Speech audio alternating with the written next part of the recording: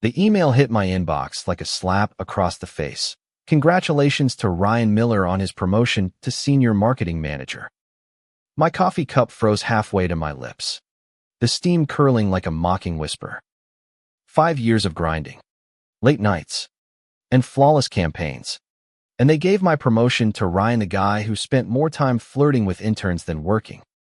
I stared at my computer screen in our open plan office, the hum of keyboards and chatter fading into a dull roar. My chest tightened, a cocktail of disbelief and rage bubbling up. Ryan, the guy who'd coasted on my ideas, who'd borrowed my pitch decks and passed them off as his own, was now my boss. I'd poured my soul into this company, and this was my reward, a knife in the back. I glanced across the room. Ryan leaned back in his chair, smirking at his phone, probably texting his buddies about his big win. He hadn't even bothered to thank me for the countless times I'd covered for him, fixed his sloppy reports, or stayed late to meet deadlines he'd ignored. My fingers twitched, itching to slam my laptop shut and storm out. But I didn't. Not yet. Instead, I opened my work calendar, staring at the color-coded chaos of my life. Meetings I'd scheduled, campaigns I'd spearheaded, clients I'd won over, all of it now funneling into Ryan's shiny new title. I'd started at Horizon Media as a junior copywriter, clawing my way up through sheer grit.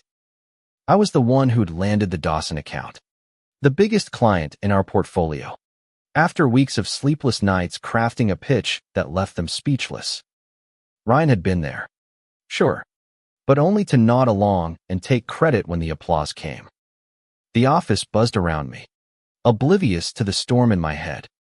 My best friend at work, Lena, caught my eye from her desk. Her brows furrowed, and she mouthed, "You okay?" I forced a smile, but it felt like a grimace.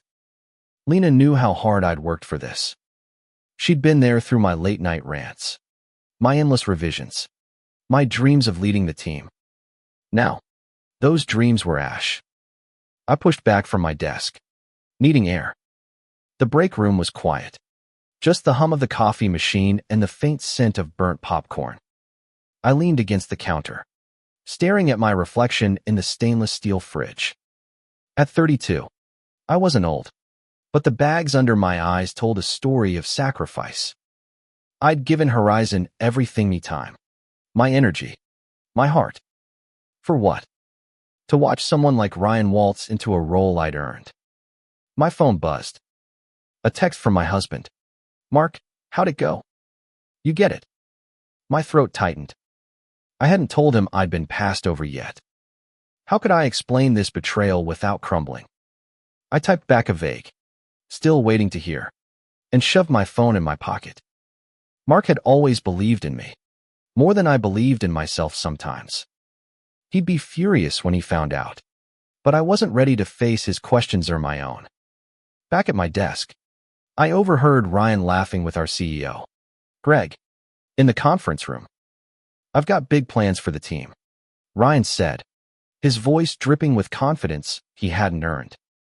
Greg clapped him on the shoulder, oblivious to the truth. I wanted to scream, to march in there and lay out every late night I'd spent fixing Ryan's messes. But I didn't. I sat there, simmering, as the reality sank in. Staying here meant working under him, reporting to someone who didn't deserve it, swallowing my pride every single day. By lunch, I'd made up my mind. I opened a new email, my fingers trembling as I typed, subject, resignation. I didn't overthink it. I didn't need to. The words poured out professional, sharp, final. 5 years of loyalty, and I was done. I hit send, and a strange calm washed over me. It wasn't freedom. Not yet. It was defiance. Lena caught me as I grabbed my coat. "Clara, what's going on?" She whispered, her eyes wide. I told her about the email, and her jaw dropped. "You're serious? You're just leaving?" "I can't stay," I said, my voice steady despite the chaos inside. "Not after this."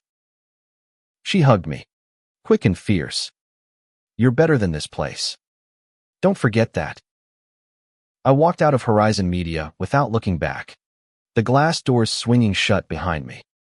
The autumn air was crisp, biting at my cheeks as I stepped onto the bustling city street. For the first time in years, I had no meetings to rush to, no deadlines to chase. Just me, and a future I couldn't yet see. But as I walked away, a tiny spark of hope flickered. Maybe this wasn't the end. Maybe it was the beginning.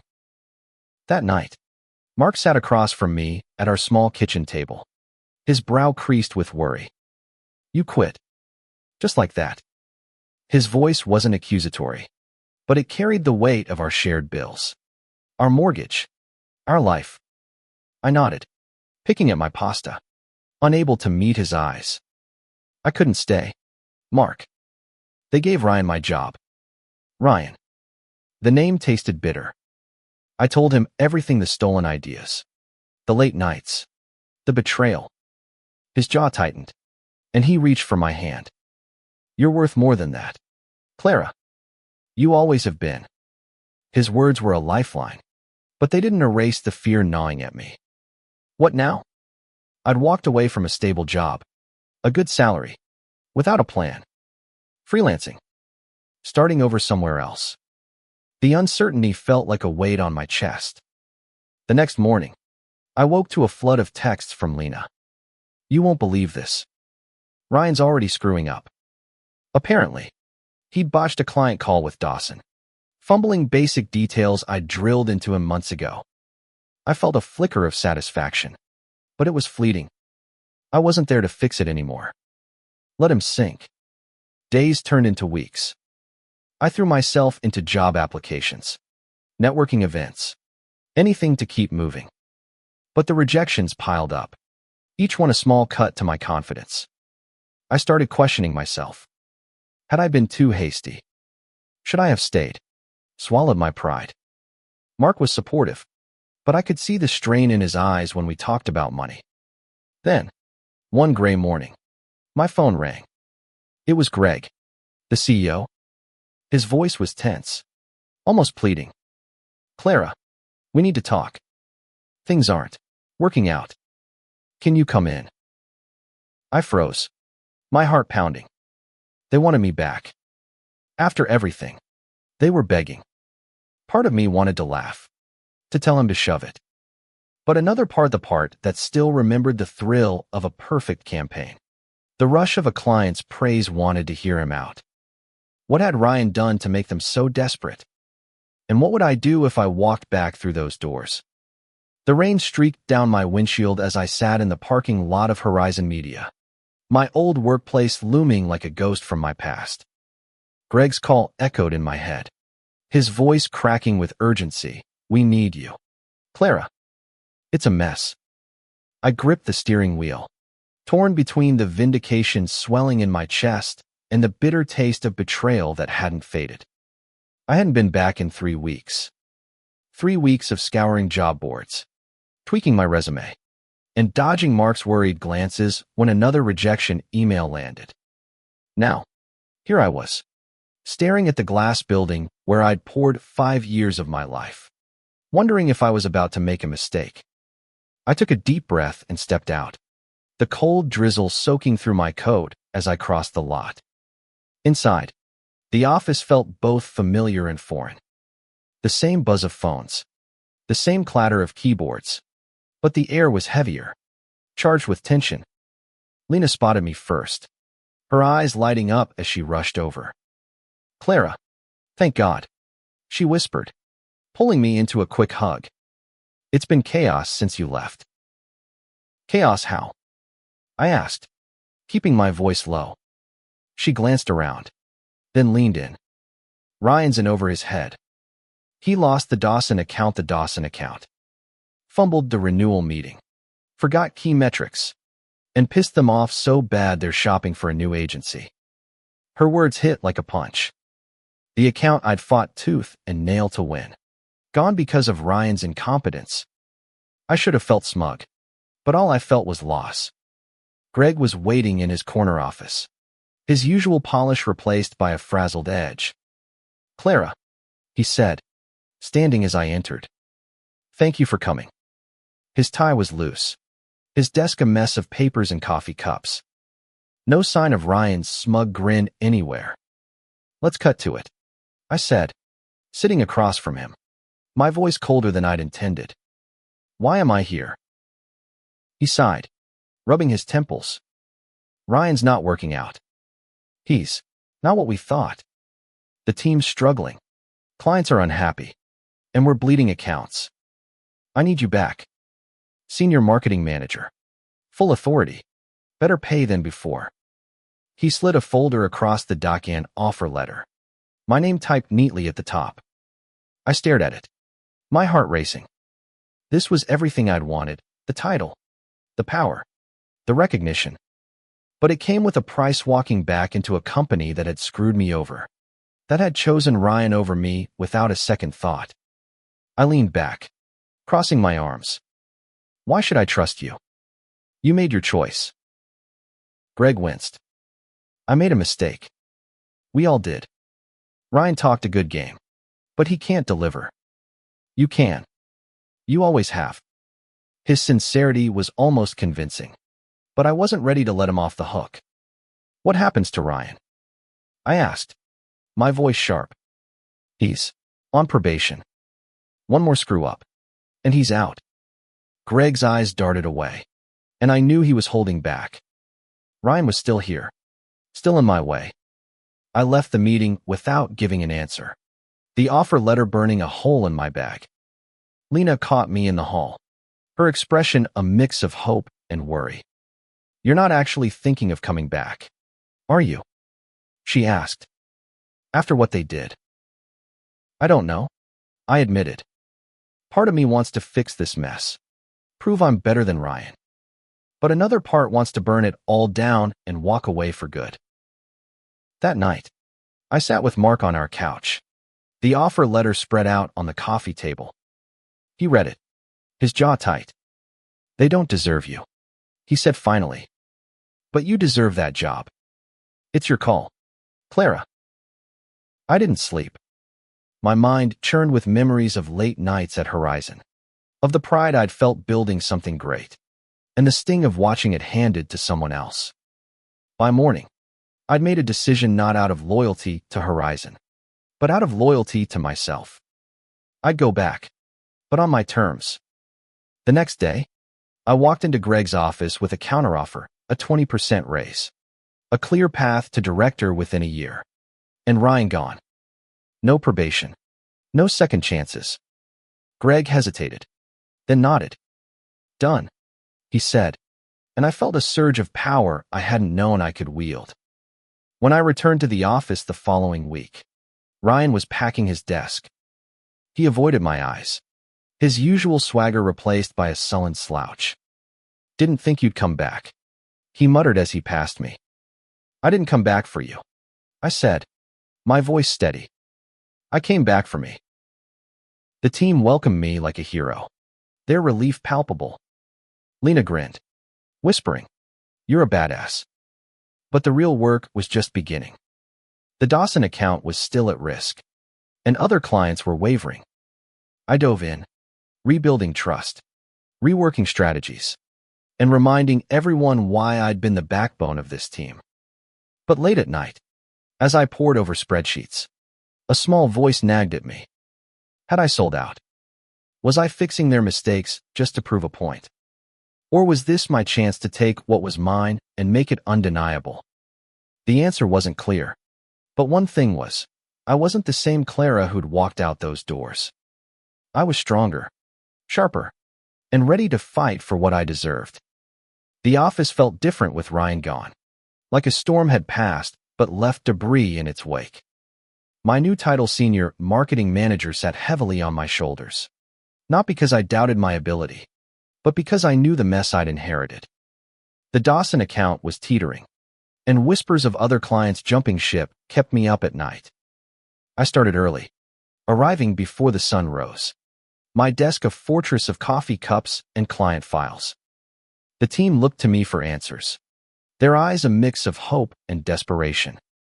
I didn't have time to bask in my victory over Ryan. I had to prove I was worth the faith they'd placed in me. My first move was to schedule a meeting with Dawson's team. They'd been burned, and I needed to win them back. The meeting was brutal. Dawson's VP, Carla, didn't mince words. "Your team dropped the ball," she said, her voice icy. "Why should we trust you now?" I could have deflected, blamed Ryan, but that wasn't my style. Instead, I laid out a new campaign plan, one I'd spent 48 hours straight building. It was bold, data-driven, and tailored to their brand. By the end, Carla's frown softened, and she agreed to give us one more shot. Back at the office, I rallied the team. "We're not just fixing mistakes," I told them. "We're building something better." They nodded, energized, and for the first time in weeks, I felt the old spark of purpose. Lena stayed late with me, brainstorming ideas, her loyalty a quiet anchor in the chaos. "You're killing it," she said one night, tossing me a granola bar as we worked. I laughed, but the weight of responsibility never left. At home, Mark was my rock, but I could see the toll my long hours took. "You're doing what you were born for," he said one evening, kissing my forehead. "But don't forget to live. Okay?" His words stuck with me, a reminder that this job, even with the title, wasn't my whole life. I promised him and myself I'd find balance. Someday. Weeks passed, and the Dawson account stabilized. Other clients started coming back, impressed by the fresh energy in our campaigns. Greg stopped by my desk one morning, a rare smile on his face. "You're turning this around, Clara." "I knew you would." I nodded, but inside, I was still wary. His praise felt good, but it didn't erase the past. Then came the rumors. Ryan had landed at a rival agency, and word was he was bad-mouthing Horizon and me. "She's overrated," he'd reportedly said. I carried that team. The gossip stung, but I didn't have time to dwell. I was too busy rebuilding what he'd broken. One afternoon, Lena rushed to my desk, her phone in hand. "You need to see this." She showed me an email from a client, forwarded from Ryan's new job. It was sloppy, riddled with errors, and eerily familiar. It was my old pitch deck, repurposed with his name slapped on it. My blood boiled. He hadn't learned a thing. I could have ignored it, let him crash and burn on his own. But something in me snapped. This wasn't just about me anymore. It was about integrity, about protecting the work I'd poured my soul into. I called the client, calmly explaining the situation, providing proof of my original work. They were furious not at me, but at Ryan. By the end of the day, his new agency was scrambling to do damage control. That night, I sat on my balcony, a glass of wine in hand, staring at the city lights. I'd won this round, but at what cost? The fight had taken something out of me, a piece of the optimism I'd once had. Mark joined me, wrapping an arm around my shoulders. "You're unstoppable," he said softly, "but you don't have to fight every battle." He was right, but the battles kept coming. The next morning, Greg called me into his office again. "We're pitching for a new client," he said, his eyes gleaming. "Biggest one yet. I want you to lead it." The opportunity was thrilling, but it came with a catch. The deadline was brutal, and the team was already stretched thin. I said yes anyway, because that's who I was, someone who didn't back down. As I dove into the pitch, I couldn't shake the feeling that I was proving myself all over again. Not to Greg, not to the team, but to myself. Could I keep this up? Could I rebuild Horizon without losing myself in the process? The answers were out there, waiting. But for now, I had work to do. The new client pitch consumed me. Every waking hour was spent dissecting market trends, crafting visuals, and drilling the team on our presentation. The client, a tech giant named Nextlify, was a game changer, a chance to put Horizon back on the map. But the pressure was crushing, and I could feel the cracks forming in my resolve. Lena noticed it first. "Clara, you're running on fumes," she said one evening, catching me staring blankly at my laptop. "When's the last time you slept?" I shrugged, brushing it off, but the truth was I couldn't remember. The stakes were too high to slow down. If we nailed this, it would silence the doubts mine and everyone else's. The team was a mixed bag. Some, like Lena, threw themselves into the work, their energy infectious. Others were hesitant, still shaken by Ryan's fallout and the lost accounts. I spent late nights coaching them, refining their parts of the pitch, trying to rebuild the confidence he'd shattered. It was exhausting, but seeing them start to believe again kept me going. The night before the pitch, I was still in the office at midnight, tweaking slides. My phone buzzed with a text from Mark. "Come home. You've got this." I smiled, but my eyes burned with fatigue. I wanted to believe him, but doubt gnawed at me. What if I failed? What if I'd come back only to crash and burn? The pitch day arrived like a thunderstorm. I stood in front of Nexlify's board, my voice steady despite the knot in my stomach. The team delivered, each member hitting their marks, and I closed with a vision for their brand that left the room silent for a heartbeat too long. Then came the applause, slow at first, then thunderous. The CEO shook my hand, her eyes sharp with approval. "Impressive," she said. "We'll be in touch." Back at the office, the team erupted in cheers. Lena threw her arms around me, laughing. "You did it, Clara." But I couldn't shake the feeling that it wasn't over. Winning the pitch was one thing. Securing the account was another. And I was so tired of proving myself. Tired of carrying the weight of Horizon's mistakes. That evening, I got the call. Nexlify was in. Not just for a campaign, but for a multi-year contract. Greg was ecstatic, calling it a new era for Horizon. He offered me a bonus, a corner office, anything I wanted. I nodded, smiled, but inside, I felt hollow. The victory was mine, but it didn't feel like enough. At home, Mark sensed it. "Talk to me," he said, pulling me onto the couch. I broke down, the words spilling out how I'd fought so hard to prove myself, how I was terrified of losing myself in the process. He listened, his hand steady on mine. "You're not just your job," he said. "You're Clara, and that's enough." His words were a lifeline, but the next day brought a new blow. Lena came to me, her face pale. "Ryan's at it again," she said. He'd been hired by another agency and was poaching our clients, spreading lies about Horizon's stability. This time, it wasn't just personal, it was war. I felt the old fire reignite, but it was tinged with weariness. How many times would I have to fight the same fight? I called a meeting with the team, laying it all out. "We're better than this," I said. "We've proven it with Nexlify. Let's show them who we are." They nodded, their faces set with determination. But as we dove back into work, I couldn't ignore the question lingering in my mind. Was this worth it? Was I fighting for Horizon, or for myself? The days blurred into a frenzy of strategy sessions and client calls. We countered Ryan's moves, locking in our remaining accounts with new pitches and personal outreach. It was working, but it was costing me. I barely saw Mark, barely slept. One night, staring at my reflection in the bathroom mirror, I didn't recognize the woman looking back hollow-eyed, stretched thin. Then came the email that changed everything. It was from a headhunter, offering me a director role at a rival agency. The salary was double, the team was top tier, and the role was everything I dreamed of. I sat there, staring at the screen, my heart pounding. Horizon had begged me back, but could they keep me?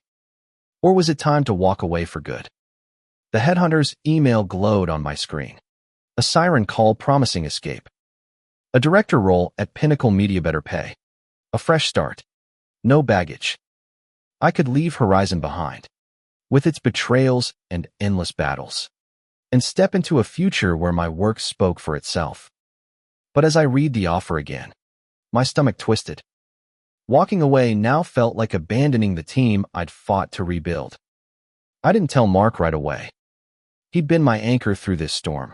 But I knew he'd push me to take the job, to prioritize myself for once. Instead, I kept it to myself, letting the decision simmer as I dove back into Horizon's chaos. Ryan's poaching attempts were escalating, and we were in a dogfight to keep our clients. Every day was a new fire to put out, and I was the one holding the hose. Lena was my partner in the trenches. We spent late nights crafting counterpitches, calling clients to reassure them, and digging up dirt on Ryan's new agency. One evening, she slammed her laptop shut, her eyes blazing. "He's using your old work again, Hawkins," she said. "He's got no shame." I nodded, my jaw tight. Ryan's audacity was infuriating, but it also lit a fire under me. This was my fight, and I wasn't backing down. We managed to lock in most of our clients, but the strain was showing. The team was exhausted, and I was running on empty. Greg noticed, pulling me aside one morning. "You're doing incredible work, Clara," he said, "but you need to take care of yourself." His concern felt genuine, but it also reminded me of his role in this mess. He'd chosen Ryan over me once. Could I trust him now? That night, I finally told Mark about the Pinnacle offer. He didn't hesitate. "Take it," he said, his voice firm. "You've given Horizon everything. They don't own you." His words hit hard, but I wasn't ready to decide. I loved my team, loved the work, even if it came with scars. Leaving felt like giving up, but staying felt like a trap. The breaking point came a week later.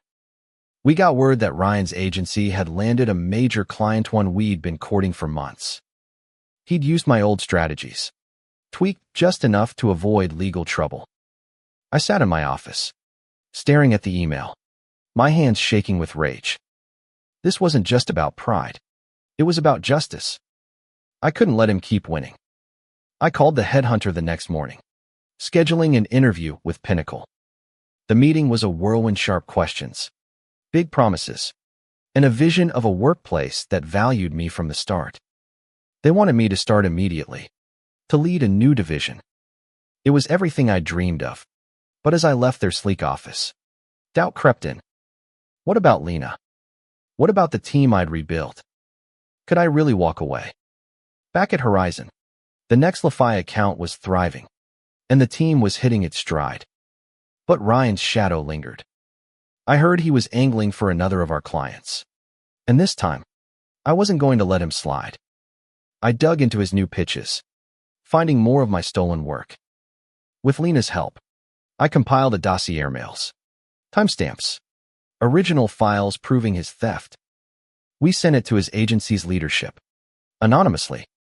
Within days, word spread, Ryan was on thin ice again. The victory felt good, but it was fleeting. The Pinnacle offer was still on the table, and I had to decide. I spent a weekend with Mark, walking along the river, talking it through. "You've proven yourself, Clara," he said. "You don't need to keep fighting to know your worth." His words sank in, but the choice wasn't clear. Horizon was home, flawed as it was. Pinnacle was a leap into the unknown. By Monday, I had my answer. I walked into Greg's office, my heart steady. "I'm leaving," I said, sliding a new resignation letter across his desk. His face fell, but I didn't waver. "I've given you everything. It's time for me to move on." Greg tried to counter more money, more promises, but I shook my head. "It's not about that. It's about what I deserve." I walked out, feeling lighter than I had in months. Lena hugged me, tears in her eyes.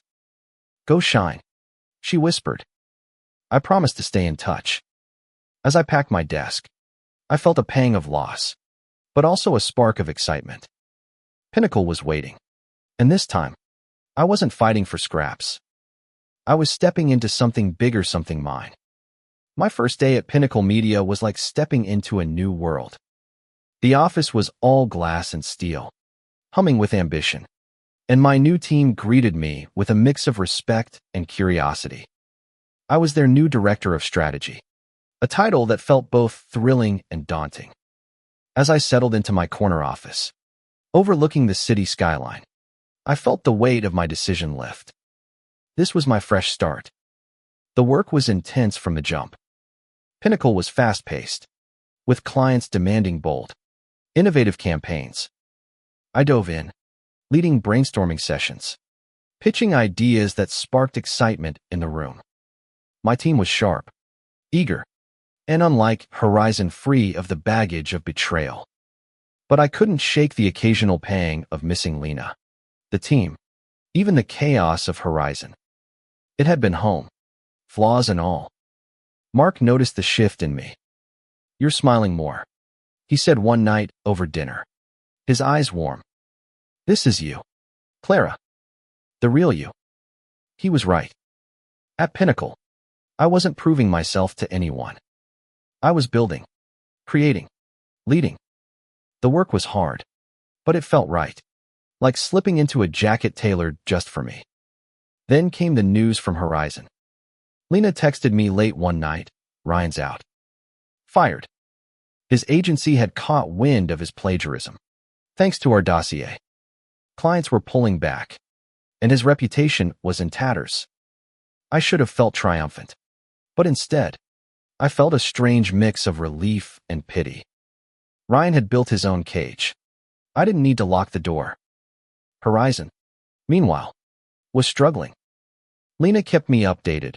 Greg was scrambling to replace me, but the team was faltering without my drive. Clients missed my touch, and the Nextlify account was showing cracks. Part of me wanted to swoop in, save them again, but I stopped myself. That wasn't my fight anymore. At Pinnacle, I was carving out my own legacy. We landed a major Clienta global fashion brand within my first month. The pitch was mine, start to finish. And when the CEO called to confirm, I felt a rush of pride I hadn't known in years. My team threw a small celebration, toasting to the new boss who actually knows her stuff. I laughed, but inside, I was soaring. Still, the past wasn't done with me. One morning, Greg called. "Clara, I know you're gone, but we're sinking. Nextlify's threatening to walk. Can you consult? Just for a month. Name your price." His voice was desperate, a far cry from the confident CEO I'd known. I leaned back in my chair, staring out at the city. Part of me wanted to say yes, to save the team I'd built. But another part, the part that had fought too long for too little, knew better. "I'm sorry, Greg," I said. "I'm where I belong." Hanging up felt final, like closing a book I'd outgrown. Lena texted me later, "You made the right call. We'll survive." I believed her. She was tough, and the team would find its way. At Pinnacle, the work kept coming. I led a rebrand for a tech startup, a campaign that went viral within days. My name started circulating in industry circles, not as the one who fixed Horizon, but as Clara Evans, the director who delivered. It was a new kind of power, one I'd earned without fighting ghosts. Mark and I celebrated my first big win with a weekend getaway. As we walked along a quiet beach, the waves crashing softly, he took my hand. "You're not just surviving anymore," he said. "You're thriving." His words settled into me, filling the cracks left by years of doubt. He was right. This wasn't about revenge or redemption. It was about me, finally free. But freedom came with questions. Could I keep this pace? Could I build something lasting at Pinnacle without losing myself again? As I stood on that beach, the horizon stretching endless before me, I didn't have all the answers. But for the first time in years, I wasn't afraid to find them. 6 months into my role at Pinnacle, I was no longer the woman who'd walked out of Horizon, bruised but defiant. I was Clara Evans, Director of Strategy, leading a team that trusted me, delivering campaigns that turned heads. The office buzzed with my energy, my ideas, my vision. But beneath the success, I carried lessons from the past hard-won truths about worth, loyalty, and what it means to fight for yourself. Pinnacle was a whirlwind. We landed another major client, a renewable energy firm, and my campaign for thema bold blend of storytelling and data earned industry awards. At the ceremony, as I accepted a glass trophy, the applause felt like a heartbeat, steady and real. My team cheered loudest, their pride a mirror of my own. This was what I'd fought for, not just a title, but a place where my work mattered. Lena kept me grounded, her text a lifeline to my old life. Horizon's still scrambling. She wrote one day. They hired a new manager, but it's not the same. I felt a pang for her, for the team, but I didn't regret my choice. Horizon had been a chapter, not the whole story. Lena was thriving in her own way, stepping up as a leader, and I knew she'd carry the torch I'd left behind. Ryan's name popped up occasionally, a ghost in industry gossip. He'd bounced to another agency, but his reputation was a shadow of what it had been. The dossier we'd sent had done its work, not out of spite, but justice. I didn't dwell on him. He was a lesson, not a legacy. At home, Mark and I were finding balance. I was home more, cooking dinners, laughing over bad TV. He'd been my anchor through every storm. And now we were building something new: weekend hikes, quiet mornings, a life beyond the office. "You're you again," he said one night, his hand warm in mine. I smiled, because he was right. I'd fought my way back to myself. Then came the call I hadn't expected. It was Carla from Dawson, the client I'd saved at Horizon. "Clara," she said, her voice warm. "We're moving to Pinnacle. We want you." My heart raced. This wasn't just a win. It was validation. The account I'd poured my soul into was following me, not because of Horizon, but because of me. The transition was seamless. I led the Dawson campaign with the same fire I'd had years ago. But this time, it was on my terms. The team delivered. The client was thrilled.